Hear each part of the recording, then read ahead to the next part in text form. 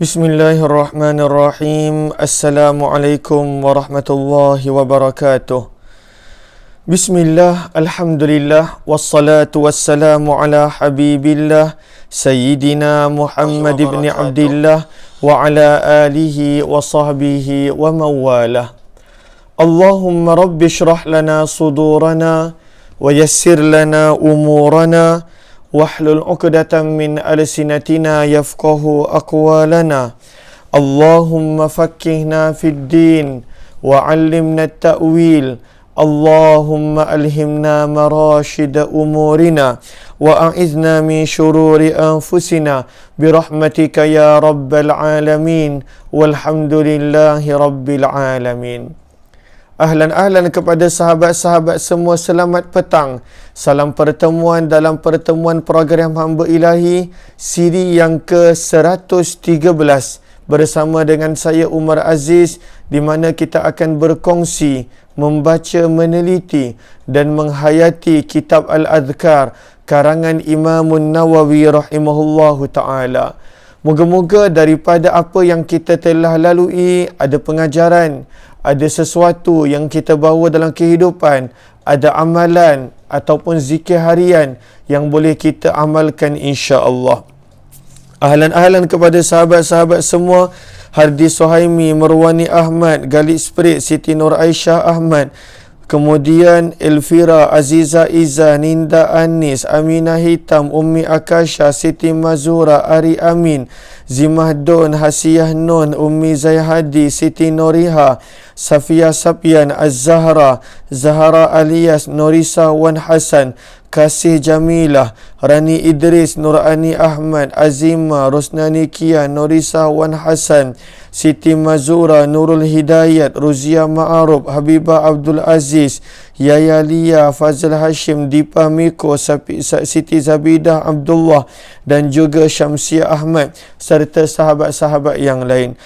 Waalaikumsalam warahmatullahi wabarakatuh kepada semua yang memberi salam. Terima kasih kepada semua.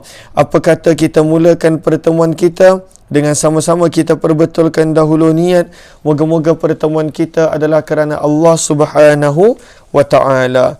Nawaitu ta'alluma wa ta'lim wa tadhakkura wa tadhkir wa naf'a wal intifa' wal ifadata wal istifadah wal hatha ala tamassuki bi kitabillah wa sunnati rasulillah sallallahu alaihi wasallam wa du'ai ila al-huda wa dalalati ala al-khair ibtigha'a wajhillah wa mardatihi wa qurbih wa thawabih. Amin amin ya rabbal alamin. Amin amin ya rabbal alamin. Hari ini kita telah tiba pada muka surat 165, riwayat 201. Mohon sahabat-sahabat catatkan muka surat 165, riwayat 201. Masih lagi pada bab yang ke-18, anjuran dan galakan berzikir selepas solat fardu subuh.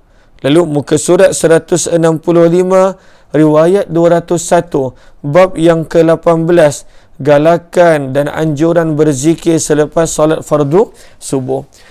Lalu kita telah belajar beberapa riwayat. Pertama tentang kelebihan berzikir selepas daripada solat fardu subuh berjemaah, dan seseorang itu berzikir sampailah waktu isyraq ataupun duha, yang mana kelebihannya adalah ganjaran berupa haji dan umrah yang sempurna, sabda Nabi SAW. Kemudian kita telah belajar tentang zikir la ilaha illallah wahdahu la syarikalah lahul mulku wa lahul hamdu yuhyi wa yumit wa huwa ala kulli syai'in qadir, sebanyak 10 kali, yang mana pada waktu itu ada 6 ganjaran yang disediakan untuknya. Kemudian kita belajar juga tentang bacaan Allahumma ajirni minan nar sebanyak 7 kali selepas solat fardu subuh dan juga solat fardu maghrib, yang mana ganjarannya jika dia meninggal dunia pada waktu itu akan diselamatkan daripada api neraka. Kemudian kita telah belajar tentang riwayat yang ke-200, bagaimana selepas salat fardu subuh Nabi akan membaca Allahumma inni as'aluka ilman nafi'a wa amalan mutaqabbala wa rizqan tayyiba. Dan hari ini kita nak baca daripada muka surat 200 daripada riwayat 201. Ahlan-ahlan kepada sahabat yang baru join, mohon jasa baik untuk bantu share, bantu untuk kongsi, bantu untuk sebar luas dan juga tag rakan-rakan yang lain. Kalaulah sahabat rasa bermanfaat, mohon jasa baik untuk bantu share dan juga kongsikan. Lalu kata Imam Nawawi rahimahullahu ta'ala pada riwayat 201. Jom kita lihat daripada kitab yang asal juga, iaitu kitab yang dalam bahasa Arab. Kata Imam Nawawi rahimahullahu ta'ala, warawayna fihi an Suhaib radhiyallahu ta'ala anhu. Kata Imam Nawawi, kami meriwayatkan juga di sana. Lalu di sana ini di manakah rujukannya? Maka boleh lihat nota kaki yang ke-100, iaitu dalam kitab Ibn Sunni, sebagaimana yang disebutkan juga dalam Hisnul Muslim. Lalu rujukannya adalah riwayat Ibn Sunni. Maka daripada siapa? Riwayat ini adalah daripada Suhaib radhiyallahu ta'ala anhu. Namun di sini Suhaib di kalangan para sahabat ada 2 orang. Lalu Suhaib yang mana pada waktu itu tidak dikenal pasti. Namun keragu ataupun majhul pada sahabat, jahalah pada sahabat, maka pada waktu itu tidak mendatangkan sebarang masalah, sebab para sahabat semuanya adalah udul, adalah adil. As-sahabatu kulluhum udul. Lalu walaupun tak diketahui Suhaib yang mana, namun tidak mendatangkan masalah sebab semua sahabat pada waktu itu adalah adil. Jom kita lihat nota kaki yang ke-101, iaitu Suhaib di sini adalah salah seorang daripada kalangan para sahabat. Namun tak disebutkan di sini Suhaib yang mana. Suhaib dalam kalangan sahabat ada 2 orang. Satu yang kita biasa baca yang terkenal, Suhaib bin Sinan Ar-Rumi radhiyallahu ta'ala anhu. Dan yang kedua adalah Suhaib bin Nu'man, sebagaimana yang ada dalam kitab Asadul Ghabah ataupun Usudul Ghabah. Lalu di sini ada 2 Suhaib daripada kalangan para sahabat. Namun tak disebutkan di sini adakah Suhaib bin Nu'man radhiyallahu anhu ataupun Suhaib yang terkenal iaitu Suhaib bin Sinan Ar-Rumi radhiyallahu ta'ala anhu. Namun dinukilkan daripada Suhaib bahawa Nabi SAW menggerak-gerakkan kedua bibirnya selepas daripada solat fardu subuh. Nabi SAW pada waktu itu yuharriku syafatai, Nabi menggerakkan kedua bibirnya ketika mana selesai salat fardu subuh. Maka para sahabat ini bertanya kepada Nabi, aku bertanya, wahai Rasulullah, apakah yang engkau baca selepas salat fardu subuh? Maka Nabi SAW menjawab, lalu minta sahabat-sahabat baca bersama. Nabi SAW menjawab, Allahumma bika uhawil wa bika usawil wa bika uqatil. Lagi sekali kita baca sama-sama. Allahumma bika uhawil wa bika usawil wa bika uqatil. Lalu perkataan yang berubah di hujungnya hanya 3. Uhawil, usawil dan juga uqatil.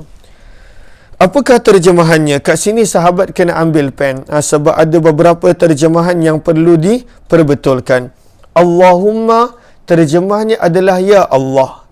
Bika terjemahnya adalah hanya denganmu ataupun hanya dengan namamu. Uhawil di sini diterjemahkan sebagai menyerang. Tetapi para ulama hadis, contohnya Ibnu Allan, ketika mana mensyarahkan hadis ini, maka mereka berpandangan terjemahnya adalah u'aliju umuri. Apakah terjemah u'alij? Memperbaiki. Ataupun kata Imam Baihaqi, terjemah u'alij adalah utalib. Aku meminta, aku memohon. Lalu Allahumma ya Allah, bika denganmu ataupun dengan namamu, uhawil aku memperbaiki urusanku. Itu terjemah yang pertama.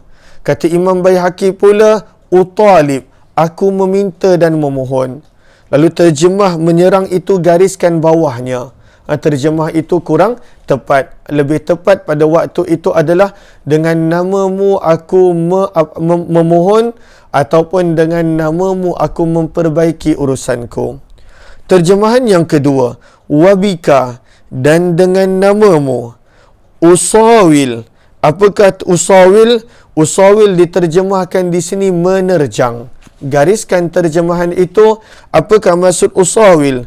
Maka di sini kata Ibnu Allan, maksud usawil adalah memperolehi kekuatan, beroleh kekuatan. Akuhur, aku beroleh kekuatan. Lalu denganmu uhawil, aku memohon ataupun aku memperbaiki urusanku. Wabika usawil diterjemahkan sebagai menerjang, gariskan, dan dengan namamu aku beroleh kekuatan. Akuhur, aku beroleh kekuatan. Dan yang ketiga, wabika uqatil, dan dengan namamu, barulah terjemahnya betul, aku berjuang. Uqatil, aku berjuang. Adakah sahabat-sahabat dah betulkan? Lagi sekali. Lalu kepada yang menggunakan kitab sama seperti dengan saya, maka terjemahan yang pertama, Allahumma ya Allah, betul. Bika, denganmu ataupun dengan namamu. Uhawil, uhawil diterjemahkan sebagai menyerang, gariskan, kurang tepat. Kata para ulama hadis, uhawil memberi makna u'aliju umuri, aku memperbaiki urusanku. Ataupun kata Imam Baihaqi, uhawil maksudnya adalah utalib, aku meminta dan memohon. Kemudian perkataan yang kedua yang perlu diperbaiki, wabika usawil, dan dengan namamu. Usawil diterjemahkan sebagai menerjang. Maka Ibnu Allan mengatakan terjemahannya adalah akuhur, aku beroleh kekuatan. Dan yang ketiga, dengan namamu aku berjuang ataupun menyerang, itu betul. Lalu adakah sahabat-sahabat dah betulkan? Terima kasih kepada yang telah memperbetulkan. Lalu ini riwayat pertama. Lalu apa doa yang baru yang kita belajar hari ini? Ada tak yang dah mula amalkan doa ni? Doa ni jarang yang amalkan. Kecuali yang dah belajar, maka ada yang amalkan. Adakah yang amalkan doa ini? Allahumma bika uhawil, wabika usawil, wabika uqatil. Lalu adakah yang dah amalkan? Alhamdulillah, ramai yang dah betulkan. Lalu terima kasih yang dah betulkan. Terima kasih kepada yang telah betulkan. Okey. Lalu terima kasih Sa'adi Hasan. Lalu ada yang dah amalkan, ada yang nak amal ke? Ramai yang belum amalkan. Moga-moga kita dapat amalkan walaupun sekali, supaya kita dapat pada waktu itu mengamalkan hadis-hadis dan riwayat daripada junjungan baginda Nabi sallallahu alaihi wasallam. Okey. Seterusnya, kata Imam Nawawi rahimahullahu ta'ala. Apa kata Imam Nawawi pada perenggan seterusnya? Kata Imam Nawawi rahimahullahu ta'ala, sebentar. Okey. Wal ahadithu bimakna ma zakartuhu kathirah. Kata Imam Nawawi, dan hadis-hadis yang lebih kurang sama makna, sama maksud dengan apa yang aku telah sebutkan di atas cukup banyak. Banyak lagi sebenarnya hadis-hadis yang mempunyai perkataan yang berbeza, yang mana datang untuk zikir selepas solat fardu subuh. Kata Imam Nawawi, dalam bab seterusnya akan dijelaskan zikir-zikir yang diucapkan pada waktu pagi. Ini selepas solat fardu subuh terus. Tetapi apakah zikir-zikir yang dibaca pada waktu pagi? Maka akan dibawakan pada bab yang seterusnya, yang kita dah nampak pada tajuk yang ke-19. Di sini dibawakan berkenaan tentang pada waktu itu keburukan untuk tidur selepas daripada solat fardu subuh. Apa keburukan untuk tidur selepas solat fardu subuh? Maka di sini kata Imam Nawawi rahimahullahu taala, Abu Muhammad Al-Baghawi berkata dalam kitabnya Syarhus Sunnah bahawa Alqamah bin Qais mengatakan, balaghana, telah sampai kepada kami bahawa bumi berteriak. Perkataannya adalah Allahumma salli ala Sayyidina Muhammad, al-ardu ta'ijju, bumi berteriak. Apakah maksud bumi berteriak? Kata Ibnu Allan rahimahullahu ta'ala, al-ardu tarfa'u syakwaha. Sebenarnya maksud bumi berteriak adalah bumi pada waktu itu mengadu kepada Allah. Kenapakah bumi mengadu kepada Allah? Lu sahabat boleh tulis pada berteriak. Kata Ibnu Allan, maksud berteriak adalah membuat pengaduan kepada Allah. Kenapa bumi membuat pengaduan kepada Allah? Daripada tidurnya seorang yang berilmu selepas daripada solat fardu subuh. Dia dah tahu kelebihan, dia dah tahu pahala dan ganjaran, tapi lepas solat fardu subuh dia masih tidur, maka bumi mengadu kepada Allah Subhanahu wa ta'ala. Kenapa? Kerana kita dah baca pada perenggan pertama muka surat 164, kerana ianya adalah waktu yang sangat mulia, li'annahu asyrafu awqatin nahar, yang mana kata Imam Nawawi pada baris yang pertama, likaunihi kerana ianya adalah waktu yang paling mulia pada waktu pagi. Pada waktu siang, waktu yang paling mulia adalah ketika mana selepas salat fardu subuh. Maka bumi mengadu kepada Allah Subhanahu wa ta'ala tentang orang yang tahu kelebihannya, namun pada waktu itu menutup mata dan tidur. Maka di sini menunjukkan riwayat daripada Alqamah bin Qais ini adalah riwayat yang pada waktu itu terputus, sebab tidak disebutkan daripada Nabi SAW. Namun kata Ibnu Allan rahimahullahu ta'ala, wa fil ahkamis sultaniyah, dalam kitab Ahkamus Sultaniyah oleh Imam Al-Mawardi rahimahullahu ta'ala, maka dinukilkan riwayat yang dibawakan oleh Abdullah bin Zubair radhiyallahu ta'ala anhu, yang menunjukkan riwayat ini sebenarnya adalah marfu', adalah bersambung sampai Nabi, sebab dalam riwayat itu Abdullah bin Zubair menyebutkan bahawa beliau dengar daripada Nabi sallallahu alaihi wasallam. Lalu boleh catat dalam kitab Ahkamus Sultaniyah oleh Imam Al-Mawardi daripada Abdullah bin Zubair. Abdullah bin Zubair menyebut yang Nabi sallallahu alaihi wasallam bersabda, maka kata Ibnu Allan, fa'afada, maka daripada riwayat Abdullah bin Zubair tersebut antara faedah yang kita dapat annahu marfu', bahawa riwayat ini adalah marfu', maksudnya daripada Nabi sallallahu alaihi wasallam. Sebab di sini Imam Nawawi nukilkan ianya terputus, ianya bukan daripada Nabi sallallahu alaihi wasallam. Wallahu a'lam. Moga-moga kita ambil berat tentang ini, walaupun kadang-kala kita tahu. Moga-moga kita dapat mengamalkannya, insya-Allah summa insya-Allah. Bukanlah nak kata tidur selepas salat fardu subuh itu haram, kerana ianya tidak haram. Tetapi amat malang orang yang telah mengetahui kelebihannya, orang yang telah mengetahui kedudukan dan martabatnya, pada waktu itu menutup mata dan berpaling daripada untuk mengamalkannya. Lalu moga-moga kita dapat mengamalkan riwayat-riwayat yang kita telah pelajari. Siapa yang berazam untuk amalkan? Adakah ataupun sekadar dia kata tak apalah, aku dah tahu cukup, amal tak amal tu perkara lain. Siapa yang azam untuk amalkan? Moga-moga dengan ada orang lain yang baca, maka pada waktu itu amin-amin daripada mereka menjadikan kita istiqamah. Kita istiqamah. Lalu saya, Umar Aziz, berazam untuk amalkan. Moga-moga kita dapat amalkan untuk berjaga selepas solat fardu subuh. Sama ada dengan bacaan Al-Quran dan juga dengan zikir-zikir yang telah ditunjukkan oleh baginda Nabi SAW. Lalu ramai yang kata azam, Masya Allah. Moga-moga Allah kabulkan. Amin ya Rabbal Alamin. Lalu kata Kak Sa'adiyah Hasan dah mula amalkan. Iza Salih, Hairina Nawawi, Galik Sprit, Norisah dan juga Syamsiah Saleh, M. Nasir Harun, Salabiyah, Ummi Akasha, Jamaliyah, Rosnani, Hajjah Gayah, Azimah, Rosni Kasa, Galik Sprit, Aziza Izza, Neni Ros, Fazil Hashim. Amin ya Rabbal Alamin. Moga yang lain juga pada waktu itu Allah beri kekuatan kepada kita untuk amalkan insya Allah. Lalu ada yang kata memang didikan daripada kecil apa atuk tak bagi tidur. Ya, memang marah, bahkan orang-orang dulu marah.